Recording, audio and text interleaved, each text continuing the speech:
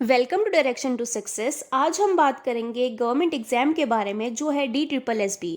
इसकी full form है Delhi subordinate services selection board. अब ये जो हमारा एग्ज़ाम है इसके बाद हमारी डायरेक्ट जॉब लगती है बिना किसी इंटरव्यू के। पहले इसमें इंटरव्यू होता था बट अब नहीं होता। तो आज हम एक बहुत ही ईजी तरीके से मैं आपको इस एग्ज़ाम के बारे में पूरी इन्फॉर्मेशन दे दूंगी। सबसे पहले तो ये गवर्नमेंट एग्ज़ाम है। इसमें नेगेटिव मार्किंग होती है 0.25 मार्क्स की। ये मेरिट बेस्ड एग्ज़ाम है।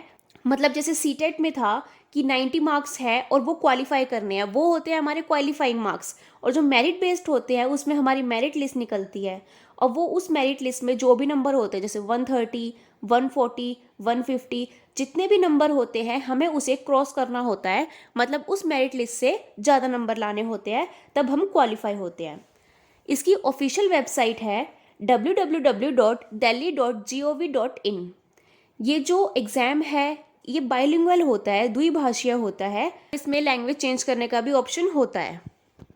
अब हम देखेंगे कि ये कितने नंबर का होता है और कौन कौन से सब्जेक्ट इसमें आते हैं। सबसे पहले तो इसमें दो पार्ट होते हैं, पार्ट ए और पार्ट बी।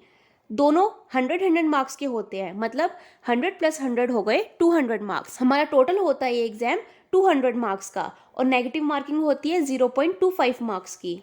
अब मेरिट लिस्ट तो इस एग्ज़ाम की जाती ही है बट इसमें हमें मिनिमम क्वालिफाइंग मार्क्स भी चाहिए होते हैं। जैसे सीटेट में होता है 90 मार्क्स कम से कम चाहिए वरना हम क्वालिफाई नहीं हो पाएंगे। वैसे ही इसके दोनों पार्ट में हमें कम से कम 40 मार्क्स चाहिए होते हैं। अब 40 मार्क्स इसका मतलब ये नहीं है कि पार्ट ए में आ गए 20 और पार्ट बी में आ गए 20 + 40, ऐसे नहीं है। पर्टिकुलर दोनों हमारे पार्ट में हमें 40 मार्क्स चाहिए होते हैं। मतलब 40 + 40 80 मार्क्स चाहिए होते हैं, ये ज़रूरी होते हैं। एंड उसके बाद हम देखते हैं कि कौन कौन से सब्जेक्ट आते हैं। पार्ट ए जो कि 100 मार्क्स का है उसमें हमारे 5 सब्जेक्ट आते हैं। फर्स्ट है हमारा जर्नल अवेयरेंस जो कि 20 मार्क्स का होता है। फिर आता है हमारा जर्नल इंटेलिजेंस और रीजनिंग एबिलिटी, वो भी हमारा 20 मार्क्स का होता है। अर्थमेटिकल एंड न्यूमेरिकल एबिलिटी, ये भी 20 मार्क्स का होता है। फिर आता है हमारा दो लैंग्वेज 1 और लैंग्वेज 2, ये भी 20 मार्क्स के हमारे होते हैं। टोटल हमारे हो गए 20 × 5 100 मार्क्स।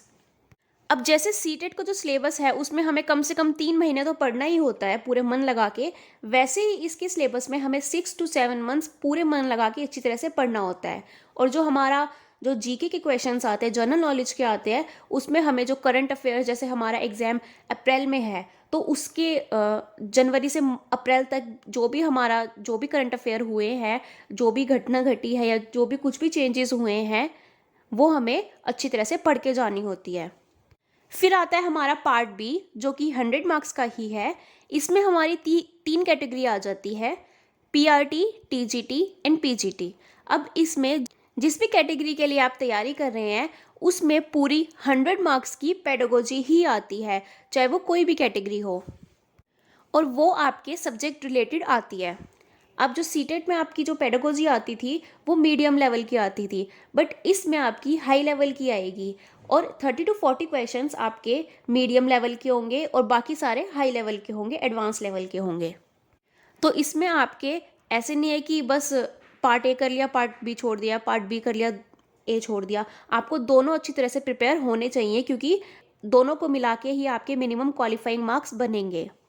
अब जो भी DSSB के लिए तैयारी कर रहा है वो सीटेट तो क्लियर करके ही आया होगा, तो इसलिए मैंने सीटेट के कंपैरिजन से बता दिया ताकि आपको ईजिली समझ आ जाए। और अगर इस पेडागोजी में आप पहले NCERT को प्रिपेयर करेंगे तो आपकी बहुत ज़्यादा अच्छी तरीके से हो जाएगी।